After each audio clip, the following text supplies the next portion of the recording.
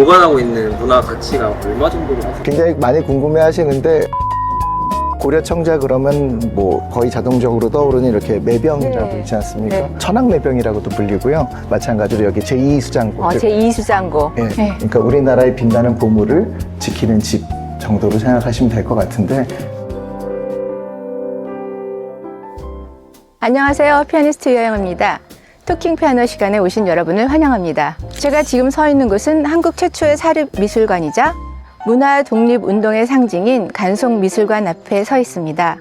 여기 18세기 조선의 아름다운 산천을 자신만의 화법으로 그려내 새로운 화풍을 탄생시킨 겸재의 정선과 자신의 고난을 불굴의 의지로 극복하고 환희의 음악으로 승화시킨 서양 음악의 거장 베토벤이 있습니다. 오늘 저는 이 두 거장의 삶과 작품 세계를 통해서 우리 인생의 황금기에 대해서 한번 생각해보는 시간을 가져보려고 합니다. 그럼 이제 저와 함께 우리 인생의 아름다운 순간들을 위해서 예술 여행을 동행하실 분을 만나러 함께 가볼까요?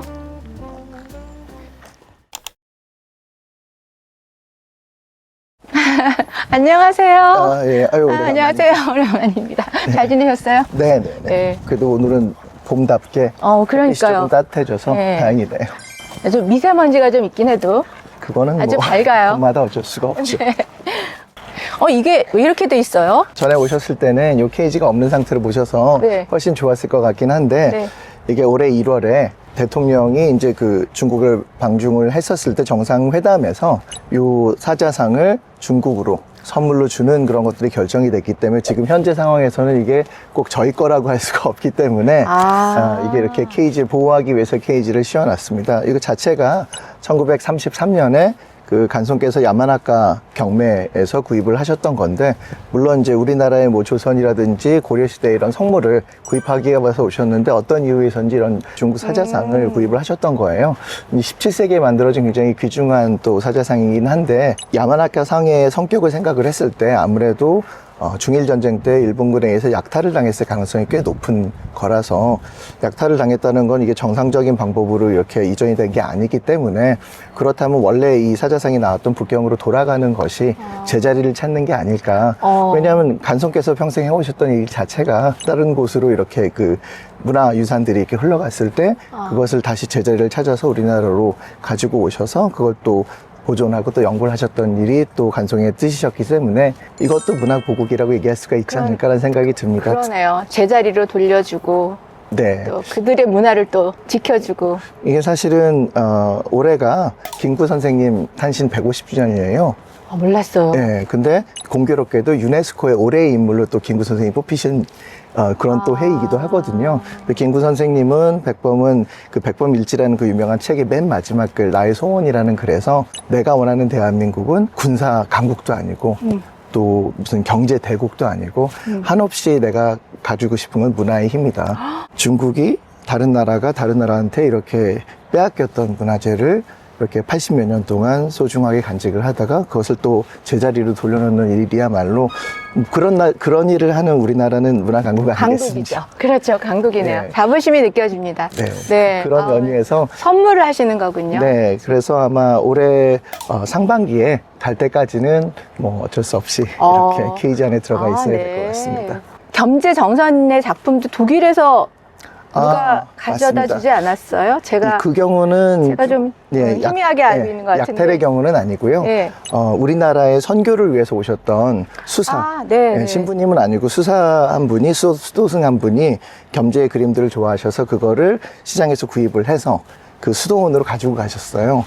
근데 어떻게 돌아왔나요? 그 수도원에 또 우연히 네. 이 한국 또 신부님이 가셔갖고서 그거를 발견하고서 이건 굉장히 귀한 그림이고 이렇게 했을 때, 물론 그때 그 수사님은 아마 돌아가셨을 거고, 이 정도로 귀한 것은 우리나라로 또 다시 돌려주는 것도 좋겠다 뭐 이렇게 해서 그 수도원과 우리나라 사이에서 이렇게 돼서 지금은 국외소재문화재재단에서 가지고 있는 걸로 알고 있습니다. 그래요? 뭐 이 사자상이나 그 작품이나 좀 비슷비슷한 것 같은데 어쨌든 제자리로 돌아가는 건 좋은 것 같습니다. 네. 미술관이요. 제가 알기로는 그 전에 간송께서 지으신 그대로라고 알고 있는데. 맞습니다. 사실 이 보화각이라는 이 건물이 1938년에 완성이 된 건물인데 네. 이 건물 자체가 국가 등록문화유산이기 때문에 네. 이 외형은 당연히 이제 그 복원을 해서 예전에 만들어졌던 그대로 유지가 되고 있습니다. 너무 아름답고 세련됐어요. 맞아요. 1938년 건물 네. 같지는 않죠. 절대 그렇게 안 보여요. 1930년대 우리나라에서 만들어진 이런 서양식 건물 같은 경우에는 대부분이 이제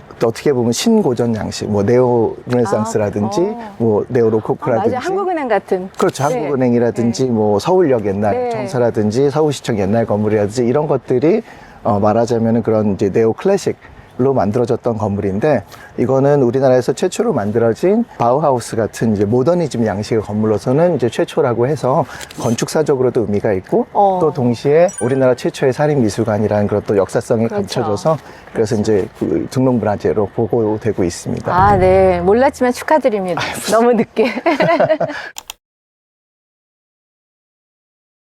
저 미술관에 여기가 이렇게 넓은 이유가 뭘까요? 원래는 여기 있는 사자상, 여기 네. 좀 요 경계가 있는 부분서부터는 한 10m 이상 이렇게 푹 꺼져 있는 땅이었는데, 네. 지금 여기 서 있는 요 마당은 마당이 아니라 사실 옥상입니다.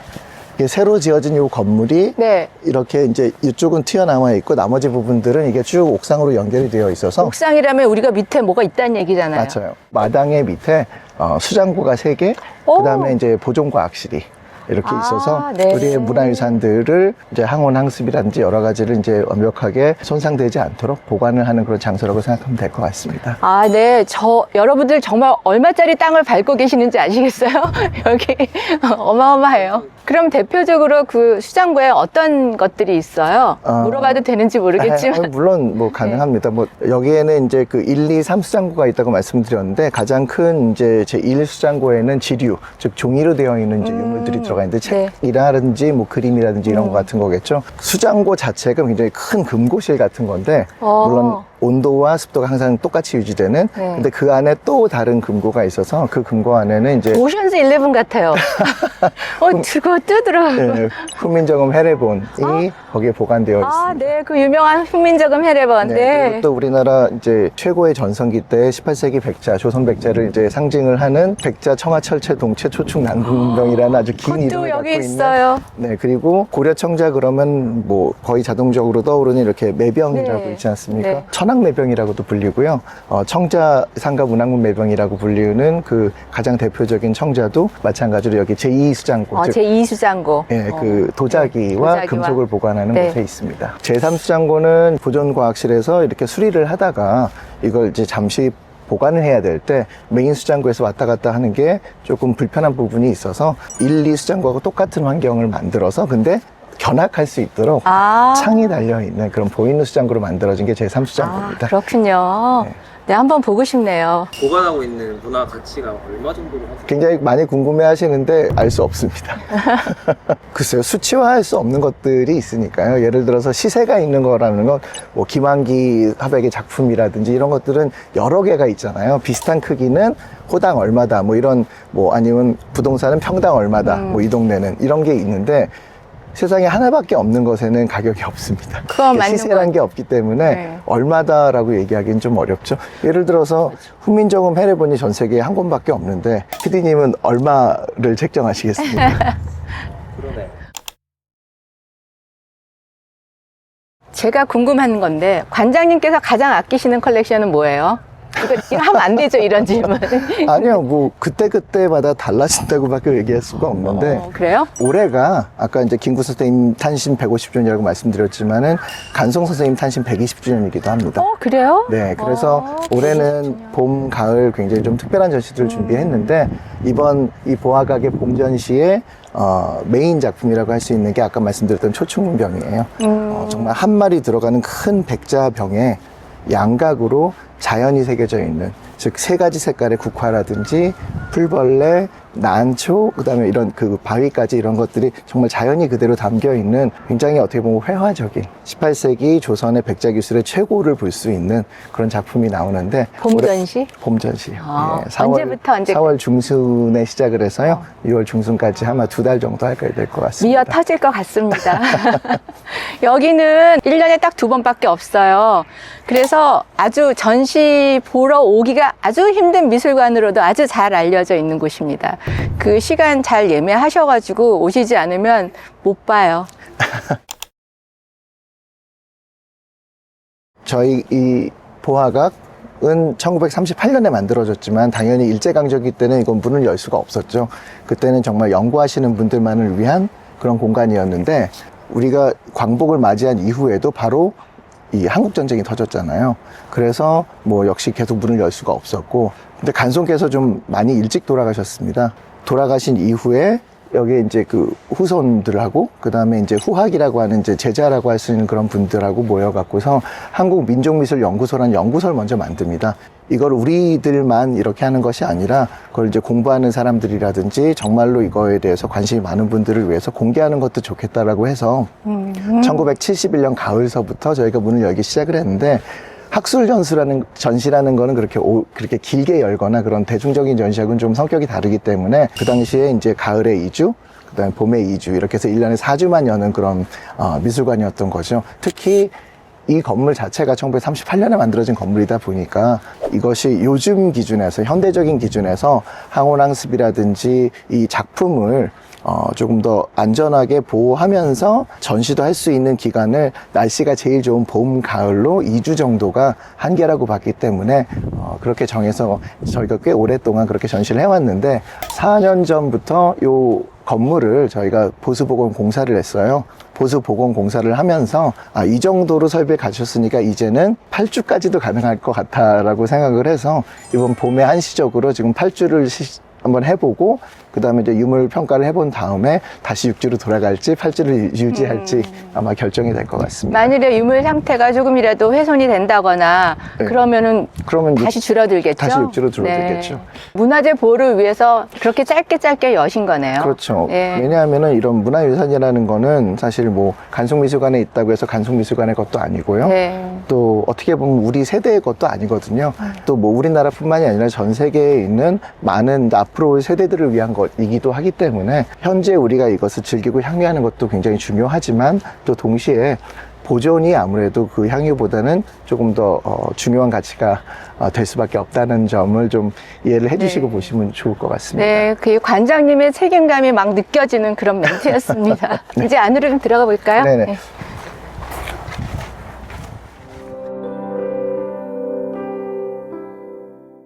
이 보화각이란 글씨가 보이는데요. 네, 여기 보시면 이제 오세창이라고 쓰여져 있죠. 네. 위창 오세창 선생은 3.1운동을 주도했던 그 33인의 그 민족 대표 중에 한 분이기도 하시고 또 동시에 미술사학자로서의 굉장히 많은 업적이 있으신 분입니다. 위창 선생은 이제 간송께서 이제 평생의 스승으로 오셨던 그런 이제 은사와 제자의 관계이기도 했고요. 이 글씨 역시 이 건물이 만들어졌을 때 이 건물의 이름을 보화각이라고 지어주시면서 써주셨던 현판입니다. 네. 그러니까 우리나라의 빛나는 보물을 지키는 집 정도로 생각하시면 될 것 같은데, 사실 이렇게 오래된 건물에 미술관, 박물관이 있는 경우가 꽤 많은데 네. 처음부터 이렇게 미술관, 박물관으로 만들어진 곳은 그렇게 많지 않습니다. 루브르 같은 것도 원래 궁전이었었고, 네, 그렇잖아요. 다른 뭐 은행으로 쓰였던 게 뭐 이렇게 바뀐다든지 저택으로 썼던 게 바뀐다든지 네. 이런 경우가 많은데 네. 어떻게 보면 이제 문화보국이라는 그런 그 목표를 이런 스승과 제자, 위창과 간송이 같이 세우셨고 그것을 실현하기 위해서 처음부터 우리 문화유산을 위한 공간으로 만들어졌다는 면에서 조금 더 특별하다고 볼 수 있을 것 같습니다. 선진국이에요, 우리는.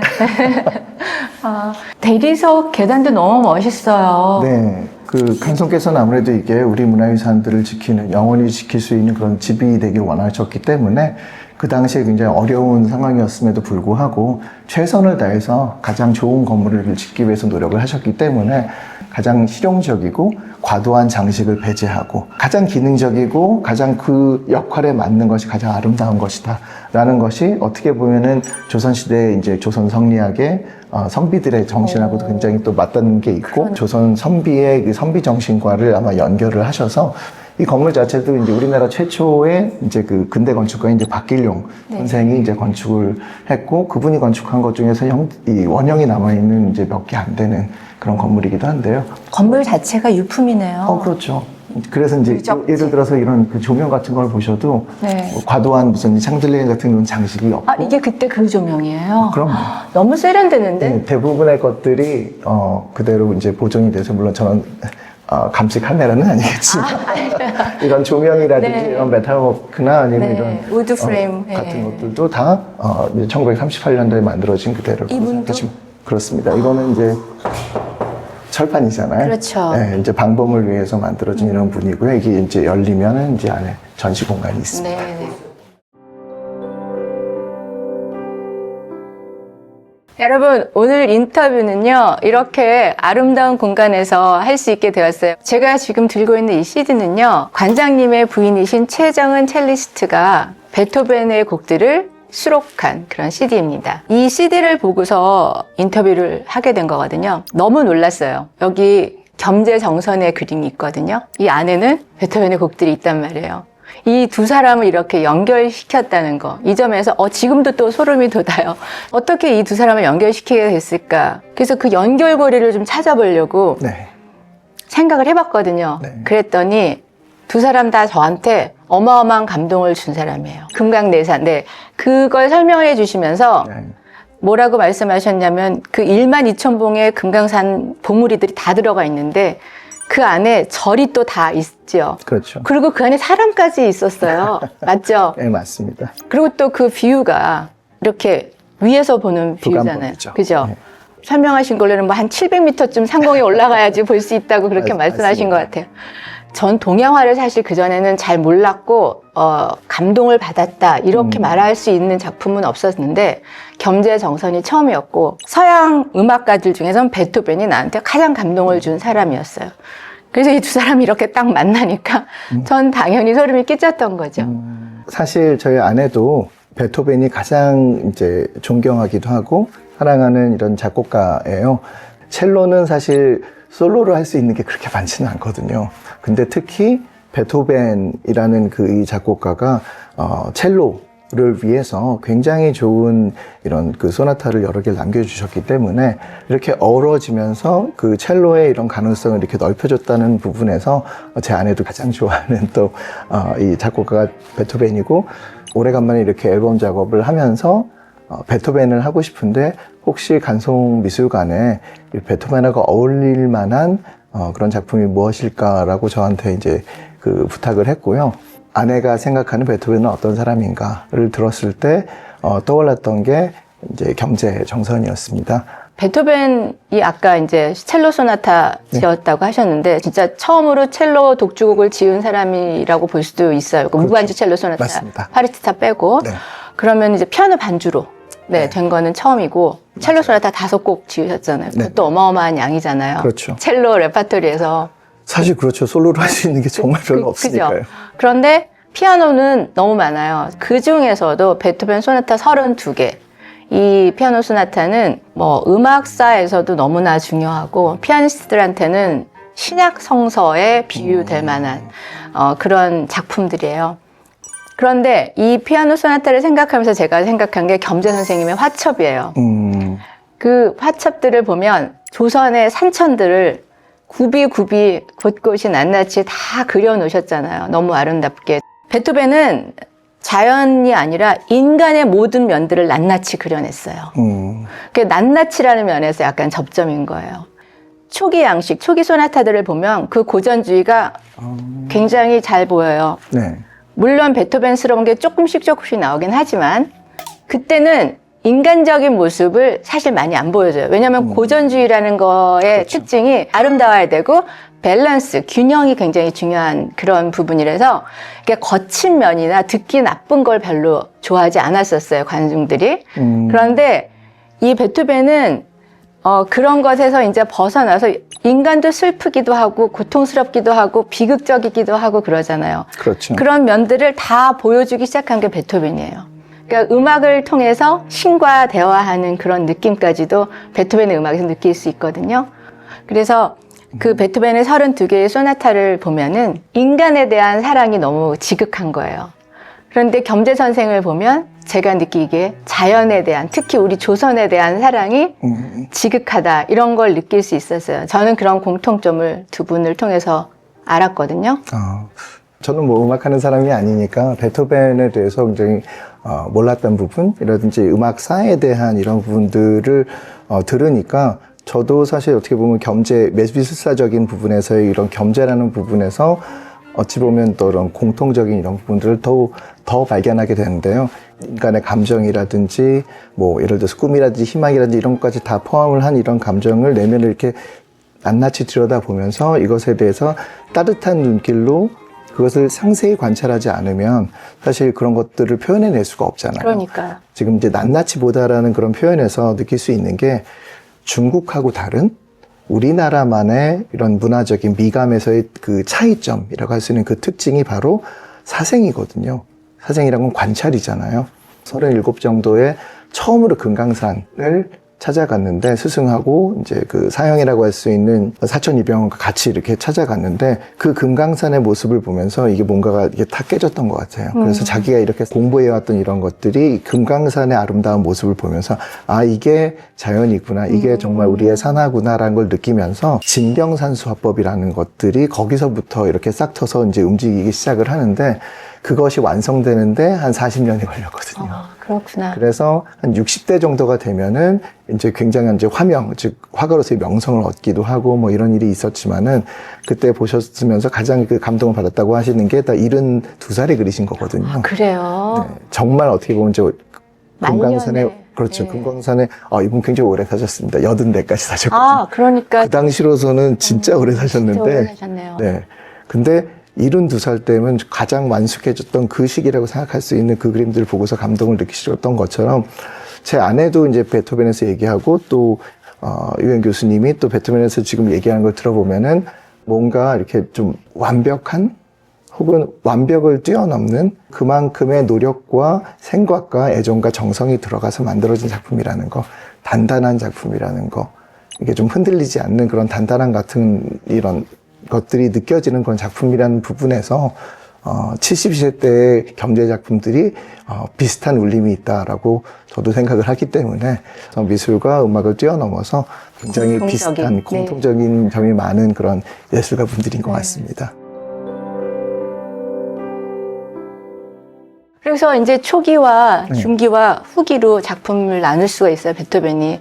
그럼 초기는 아까 말씀드린 대로 고전주의 양식을 그래도 완벽하게 이루어낸 완성도 높은 작품들이 있었고요. 중기 때부터 이제 그 유서 이후에 그때 이제 그 작품들을 보면은 어떤 작품은 폭력적이다 이런 말을 평을 듣기도 해요. 왜냐면 너무 길이가 길어지기도 하고 그 영구양곡 있죠. 에르바르크 심포니 같은 건 너무 길잖아요.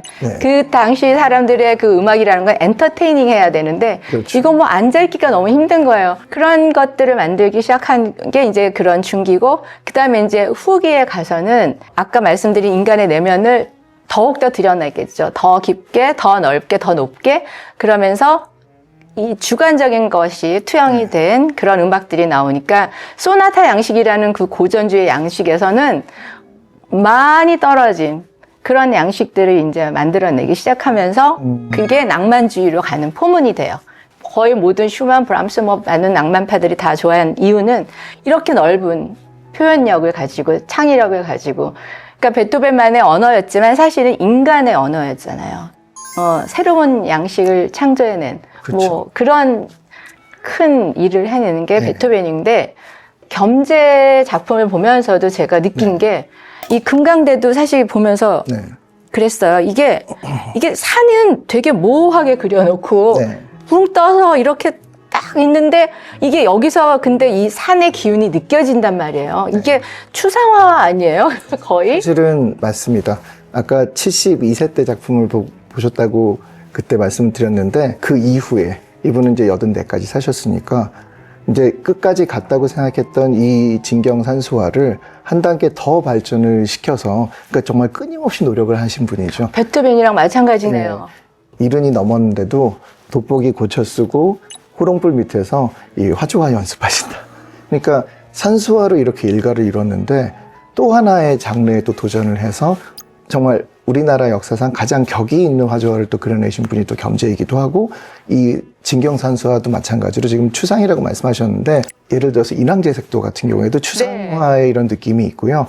그 다음에 이제 리움에 있는 이제 금강전도 같은 경우에도 그런 느낌이 또 있습니다. 만년에 가면 이제 그런 느낌들이 나오는 게 이런 그 동북아시아 그림에서 최고로 그러니까 정말 그 다다르고 싶은 경지, 이상적인 경지라고 했을 때 최고의 경지는 뭐냐면은 일필휘지로, 그러니까 붓 한 번 대서 한 번에 순식간에 본질을 그려낸다. 자연의 본질을 그려낸다라는 게 어떻게 보면 이제 최고의 이상향이거든요.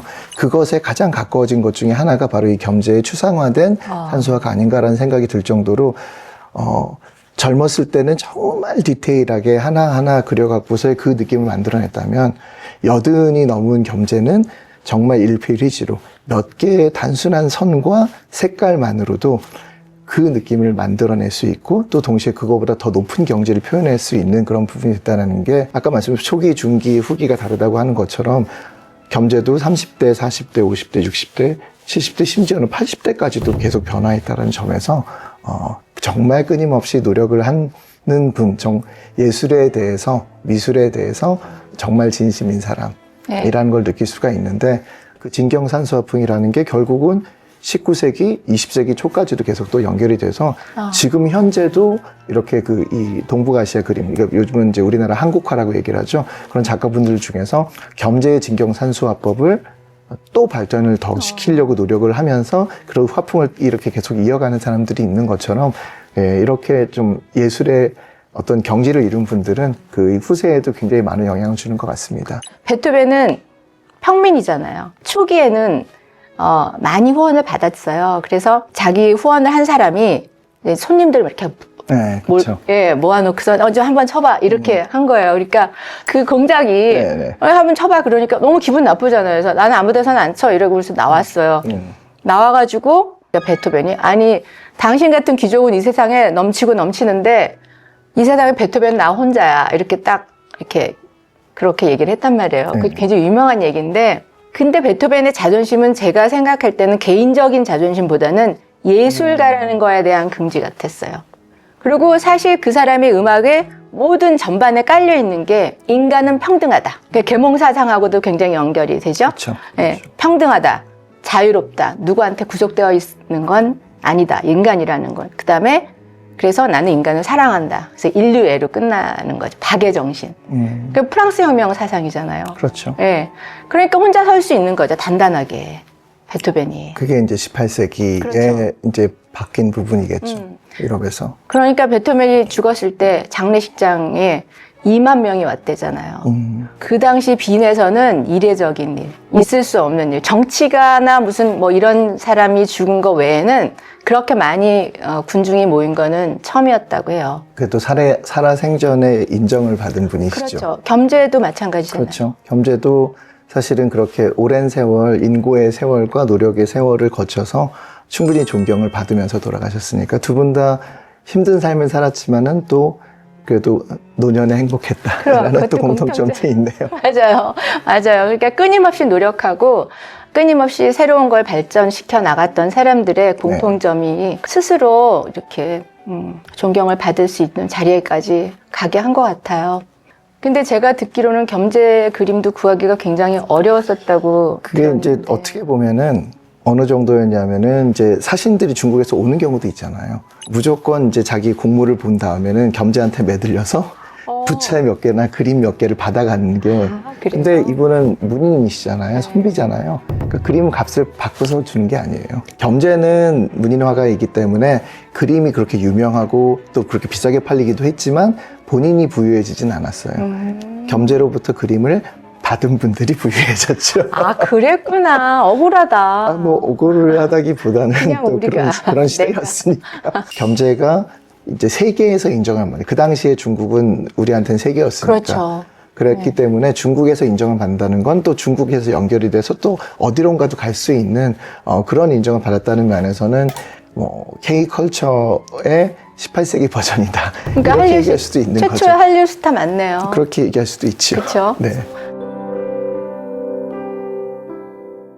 우리 간성미술관 관장님의 배려로 이 공간에서 인터뷰를 하게 됐는데요. 제가 말하는 것보다 관장님이 말해 주셔야 될 것 같아요. 너무나 특별한 공간이잖아요, 여기가. 여기는 원래 간송께서 1938년에 이 보학이 만들어진 다음에 한국전쟁 때까지 여기를 이제 그 서재 겸 이제 이 라운지처럼 사용을 하셔서 많은 분들하고 교류를 한다든지 또는 이런 문화에 대한 혹은 미술에 대한 이런 대화를 하신다든지 하셨던 그런 공간입니다. 어떻게 보면은 이제 그 유럽의 이제 살롱 문화에서 그러니까요. 커피나 아니면 와인을 마시면서 이렇게 대화하는 것 같은 그런 차를 공간이었다고 좀 생각하시면 근데 정말 제가 오늘 또 느낀 건데 이 관송 미술관이라는 것 자체가 이게 운영이 어떻게 되는 거예요? 이 어마어마한 거를. 후원을 통해서 이제 운영이 많이 되고 있습니다.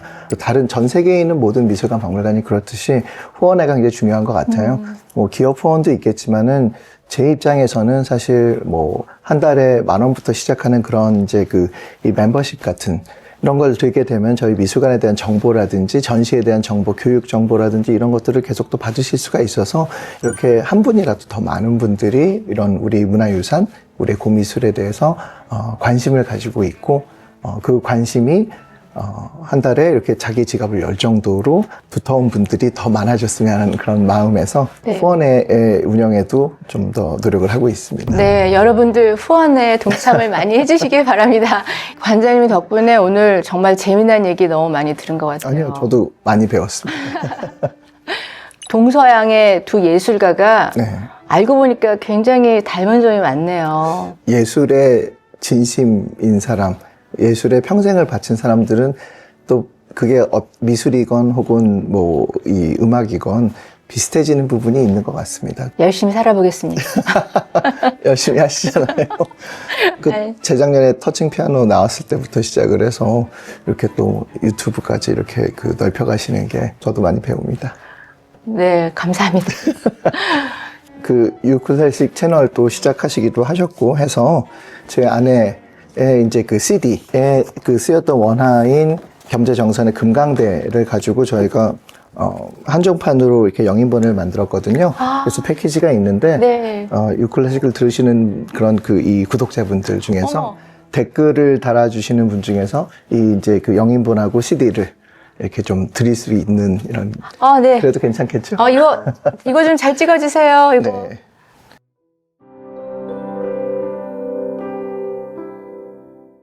자, 오늘 이렇게 뜻깊은 장소에서 간송미술관 관장님을 모시고 우리나라 최초의 한류 화가 겸재정선과 만인의 영웅인 베토벤의 작품 세계를 통해서 또 그들의 공통점을 통해서 우리가 성찰을 해볼 수 있는 그런 시간을 가졌습니다. 특히 남의 시선이 아닌 자신만의 시선으로 세상을 바라봤을 때 나만의 진경을 발견하고 그리고 그들의 위대함이 시작되었음을 알 수 있었습니다.